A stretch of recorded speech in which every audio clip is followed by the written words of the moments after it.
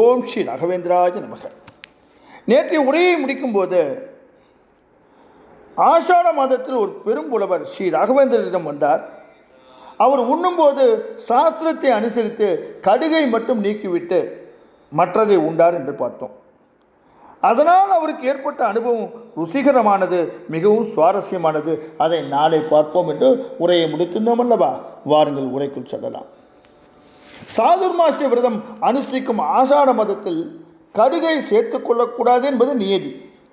அந்த சம்பிரதாயத்தை பகவத் பிரீத்திக்காக மாற்றிக்கொள்ளலாம் என்று ஸ்ரீ ராகவேந்திரர் மாற்றி அமைத்து உணவில் கடுகை சேர்க்க சொன்னார் என்ற நிகழ்வுகள் எல்லாம் நேற்றைய உரையில் நாம் விரிவாக பார்த்தோம்.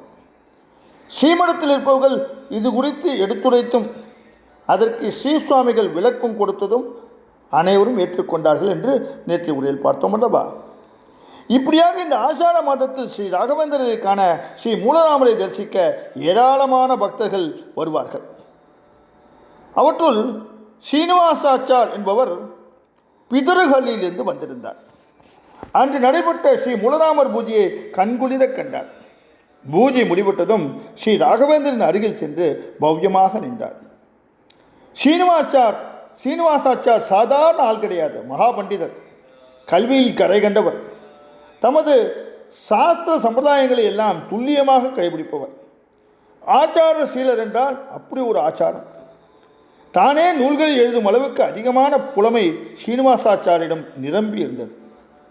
கையோடு அவர் எழுதிய பல நூல்களையும் ஸ்ரீ ராகவேந்திரிடம் காண்பித்து அருளாசி பெறும் பொருட்டு அங்கே வந்திருந்தார். அதிகம் படித்திருக்கின்றோம் என்ற கர்வம் அவரிடம் கிடையாதே தவிர ஆச்சார விஷயங்களில் மிகவும் கராராக இருப்பார். அப்படிப்பட்ட ஸ்ரீனிவாசாச்சாரியாரை அன்புடன் நோக்கினார் ராகவேந்திரர். ஸ்ரீனிவாசாச்சார் தான் எழுதியிருந்த நூல்களை சுவாமிகளிடம் சமர்ப்பித்து அவரை வணங்கி எழுந்திருந்தார். ஸ்ரீனிவாசாச்சார் எழுதிய நூல்களை ஏறிட்ட ஸ்ரீ சுவாமிகள் மிகவும் சந்தோஷமடைந்தார். நூல்கள் அசாத்திய புலமையோடு எழுதப்பட்டிருப்பதைக் கண்டு வியந்து மகிழ்ந்து அந்த சபையிலேயே ஸ்ரீ மூலராமரின் அருகிலே அமர்ந்து கூடியிருந்த எல்லோருக்கும் கேட்கும் விதத்தில் ஸ்ரீனிவாசாச்சாரின் புலமையை எடுத்து உரைத்ததோடு அல்லாமல் அவருக்கு ஸ்ரீனிவாச தீர்த்தர் என்ற கௌரவ பெயரையும் சூட்டினார். கூடியிருந்தோர் ஆரவாரம் செய்ய ஸ்ரீனிவாசாச்சார் ஆனந்த கண்ணீர் வடித்தார், மெய்சிலித்தார். இவ்வளவு பெரிய சபையில் ஸ்ரீ ராகவேந்திரரால் தான் கௌரவிக்கப்பட்டதை முன்ஜென்ம புண்ணியம் என்று கருதி நெகிழ்ந்து போனார். பூஜை நிகழ்ச்சிகள் எல்லாம் முடிந்தவுடன் அனைவரையும் தீர்த்த பிரசாதம் பெற்றுக்கொள்ளுமாறு கேட்டுக்கொள்ளப்பட்டார்கள். ஸ்ரீனிவாசாச்சாரியிடம் ஸ்ரீ ராகவேந்திரரே கூறியதும் ஸ்ரீனிவாசாச்சாரியார் உள்ளம் உருகி போனார். மனமெல்லாம் நிறைந்திருந்த ஸ்ரீனிவாசாச்சாருக்கு உண்ண வேண்டும் என்ற எண்ணம் கூட தோன்றவில்லை. இருந்தாலும் சுவாமிகளே சொல்லியிருப்பதால் பந்தியில் சென்று அமர்ந்தார். இலையிலே பரிமாறிக்கொண்டே சென்றார்கள். மந்திரம் சொல்லி கோவிந்தா கோவிந்தா என்றதும் அனைவரும் உணவருந்த ஆரம்பித்தார்கள். அப்போதுதான் ஸ்ரீனிவாசாச்சார் இலையில் இருந்தவற்றை பார்த்தார், அதிர்ந்து போனார். ஆஷாட மாதத்தில் கடுகு சேர்த்திருக்கின்றார்களே என்று உள்ளம் குமைந்தார்.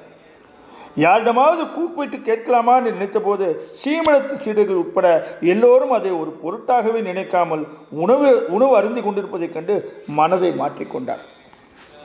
இந்த நேரத்தில் ஏதாவது கேட்டு வாக்குவாதம் செய்வதை எல்லோருக்கும் தொந்தரவுபடுத்துவது மாறி ஆகிவிடும், அது சரியில்லை என்று முடிவெடுத்தார். ஸ்ரீ ராகவேந்திரருக்கா இது தெரியாது? இருந்தும் எப்படி தனது சாதுர்மாசிய விரதத்தில் கடுகு சேர்ப்பதற்கு அனுமதி அளித்திருக்கின்றார் என்று ஸ்ரீனிவாசாச்சார் குழம்பி போனார்.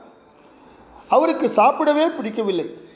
ஏதேனும் சாப்பிடாவிட்டால் அதுவும் தவறாகிவிடுமே என்று எண்ணி கடுகு கலக்காத பதார்த்தங்களை மட்டும் உண்ணத் துவங்கினார். ஆச்சார விஷயத்தில் நியாயமாக இருக்கும் ஸ்ரீனிவாசாச்சாருக்கு அது கூட பிடிக்கவில்லை. இருந்தாலும் தனது மனவேதனையை வெளிக்காட்டிக் கொள்ளாமல் ஒரு வழியாக உண்டு எழுந்தார். பின்னர் ஸ்ரீ ராகவேந்திரனிடம் விடைபெற்றுக் கொள்ள சென்றார். உணவெல்லாம் வயிறார உண்டீர்களா சுவாமி என்று கேட்டார். ஆயிற்று சுவாமி, வேறு வழியில்லாமல் சமாளித்தவாறு தலையாட்டினார் ஸ்ரீனிவாசாச்சார். முன்பிருந்த உற்சாகம் அவரிடம் இல்லாததை ஸ்ரீ ராகவேந்திரர் கவனிக்க தவறவில்லை. ஆயினும் இது குறித்து ஏதும் கேட்காமல் மந்திராட்சதையை கொடுத்தார். பின்னர் பொதுவாக வேறு ஏதேனும் விசேஷம் உண்டா என்றார். ஏன் இல்லாமல், ஆஷாட மாதத்தில் கடுகு சேர்த்திருக்கின்றீர்களே, இது எங்குமே இல்லாத விஷயமாக இருக்கின்றது, நமது சாஸ்திர சமுதாயங்களை மீறுவதாக இருக்கின்றது என்று கேட்பதற்கு வாய் எடுத்தார். ஆனாலும் அவருக்கு வாய் எழவில்லை. ஸ்ரீ ராகவேந்திரரை பார்த்து அவ்வாறு கேட்பதற்கு அவரால் ஏனோ முடியவே இல்லை. வேறு ஒன்றும் இல்லை சுவாமி என்று போலியாக சொல்லி அவரிடம் விடைபெற்று கொண்டு மந்திராட்சதியை வேஷ்டியில் முடித்துக்கொண்டு தன்னுடைய ஊருக்கு கிளம்ப புறப்பட்டார். பிதிருகல்லிக்கு திரும்பியதும் நேரே தமது தமையனாரான யாதவாச்சாரியாரிடம் சென்றார். யாதவாச்சாரியாரை அடுத்து வரும் அத்தியாயங்களெல்லாம் அவரை பற்றி விரிவாக சத்யநாதன் புத்தகத்தில் தெளிவாக எழுதப்பட்டிருக்கின்றது. ஸ்ரீ ராகவேந்திரனை சந்தித்தது, தன்னை கௌரவப்படுத்தியது என்று சொல்லிக்கொண்டே வந்தபோது, முதலில் பிரசாதத்தை கொடு, பின்னர் மற்றதையெல்லாம் நாம் பார்க்கலாம் என்று யாதவாச்சார் சொன்னதும் தனது வேஷ்டியில் முடித்து வைத்திருந்த மந்திராட்சதியை அவிழ்த்து தமையனாரிடம் கொடுத்தார். மந்திராட்சதியை பெற்றுக்கொண்ட யாதவாச்சார் சீனிவாசாச்சாரியாரை கடுமையாக பார்த்தார். ஏன் இப்படி பார்க்கின்றார் என்று சீனிவாசாச்சார் மந்திராட்சதியை பார்த்ததும் சங்கடத்துக்கு உள்ளானார். ஏன் சங்கடத்துக்கு உள்ளானார்? என்ன நடந்திருக்கும்? நாளை வரையில் பார்ப்போமா? ஓம் ஸ்ரீ ராகவேந்திராய நமக. ஓம் ஸ்ரீ ராகவேந்திராய நமக. ஓம் ஸ்ரீ ராகவேந்திராய நமக.